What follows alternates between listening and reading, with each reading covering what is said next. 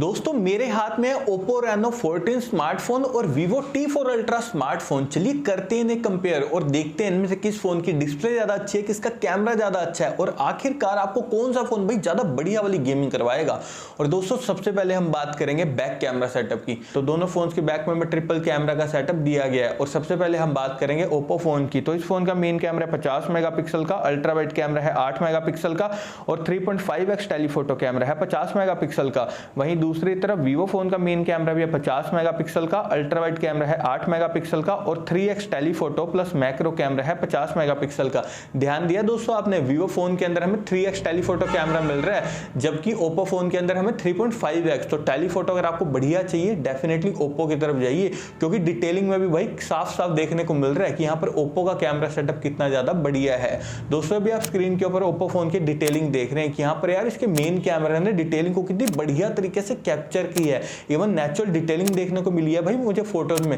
साथ ही दोस्तों अगर आपको पोर्ट्रेट शॉट भी एकदम बढ़िया वाले क्लिक करने हैं डेफिनेटली आप Oppo की तरफ ही जरूर से जाइए। और एक और जरूरी बात दोस्तों, Oppo फोन के कैमरा सैंपल में मुझे कोई भी ओवर शार्पनेस या ओवर सैचुरेशन वगैरह भाई ऐसा कुछ भी देखने को नहीं मिला। लेकिन अगर मैं बात करूं यहाँ पर Vivo की, तो Vivo T4 Ultra मेनली तो दोस्तों गेमिंग सेंट्रिक फोन है। कैमरा बढ़िया है लेकिन उतना ज्यादा बढ़िया मुझे नहीं लगा, क्योंकि दोस्तों भी आप स्क्रीन के ऊपर Vivo फोन की डिटेलिंग देख रहे हैं कि यहाँ पर इसके मेन कैमरा ने भाई मानता हूं कि मैं काफी बढ़िया तरीके से डिटेलिंग को कैप्चर कर रहा है, लेकिन जिस लेवल की डिटेलिंग यहाँ पर Oppo के कैमरा से मुझे मिली है ना, Vivo पीछे ही रह गया उस मामले। तो ध्यान रखना दोस्तों, कैमरा बढ़िया चाहिए डेफिनेटली आपको यहाँ पर Oppo की तरफ ही जरूर से जाना चाहिए। और मैक्सिमम वीडियो रिकॉर्डिंग आप दोनों फोन के बैक कैमरा से 4K तक 60 FPS पर कर सकते हैं। साथ ही वीडियो स्टेबलाइजेशन के लिए दोनों smartphones OIS plus EIS technology को भी सपोर्ट करते हैं। और फ्रंट कैमरा की अगर हम बात करूं तो Oppo फोन के फ्रंट में 50 मेगापिक्सल का सेल्फी कैमरा दिया गया, वहीं दूसरी तरफ Vivo फोन के फ्रंट में 32 मेगापिक्सल का सेल्फी कैमरा दिया गया।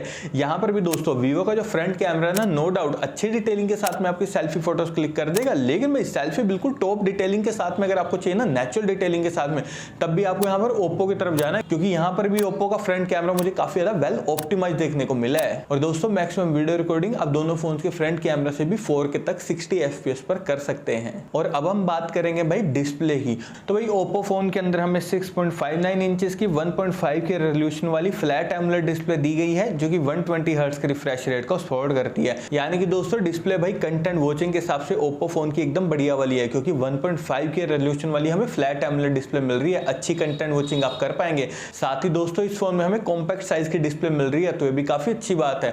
और वहीं दूसरी तरफ Vivo T4 Ultra के अंदर हमें 6.67 इंचेस की 1.5 के रेजोल्यूशन वाली क्वाड कर्व्ड एमोलेड डिस्प्ले दी गई है, जो कि 120 हर्ट्ज के रिफ्रेश रेट को सपोर्ट करती है।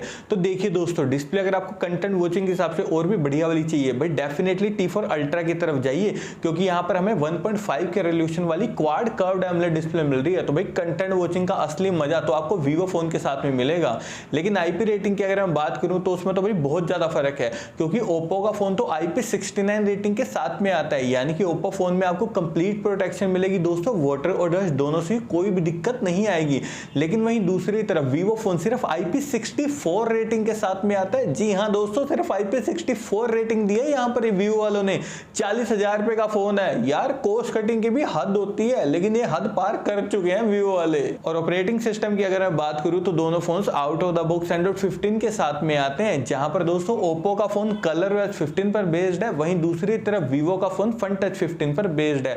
तो देखिए दोस्तों, ऑपरेटिंग सिस्टम के मामले में यहाँ पर दोनों स्मार्टफोन भी बढ़िया हैं, लेकिन दोनों फोन यार 40,000 रुपए के हैं। उसके बावजूद भी हमें दोनों फोन की UI में हद से ज्यादा एड्स नोटिफिकेशंस देखने को मिलेंगे, उस बात का आप ध्यान रखिएगा। और अपडेट्स की अगर मैं बात करूं तो दोनों फोन्स के अंदर आपको 3 साल के एंड्रॉइड अपडेट्स और 4 साल के सिक्योरिटी अपडेट्स भाई जरूर से देखने को मिलेंगे। और अब बारी आती है चिपसेट की, तो उसमें भी दोस्तों बहुत ज्यादा फर्क है, क्योंकि Oppo फोन के अंदर हमें Dimensity 8350 दिया गया, जो कि 4 नैनोमीटर टेक्नोलॉजी पर बेस्ड है। यकीन मानिए दोस्तों, ये जो प्रोसेसर है ना, प्राइस पॉइंट को बिल्कुल भी जस्टिफाई नहीं कर रहा। आप ये मान के चलो कि Dimensity 8350 25,000 पहले फोन के लिए है, जो चीज इन्होंने 40,000 में डाल दी है।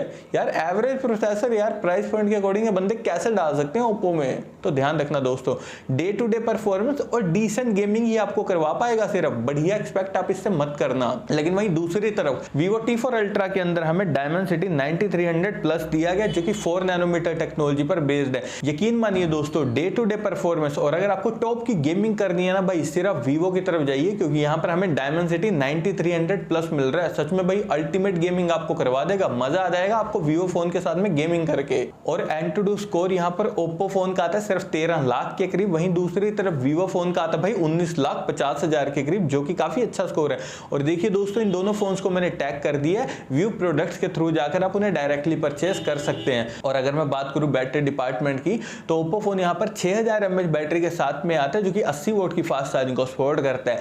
वहीं दूसरी तरफ Vivo फोन के अंदर हमें 5500 mAh की भाई छोटी बैटरी दी गई है, जो कि 90 वोट की फास्ट चार्जिंग को सपोर्ट करती है। तो दोस्तों, बड़ी बैटरी के हिसाब से फोन चाहिए तब भी आपको कहाँ जाना है, Oppo की तरफ जाना है।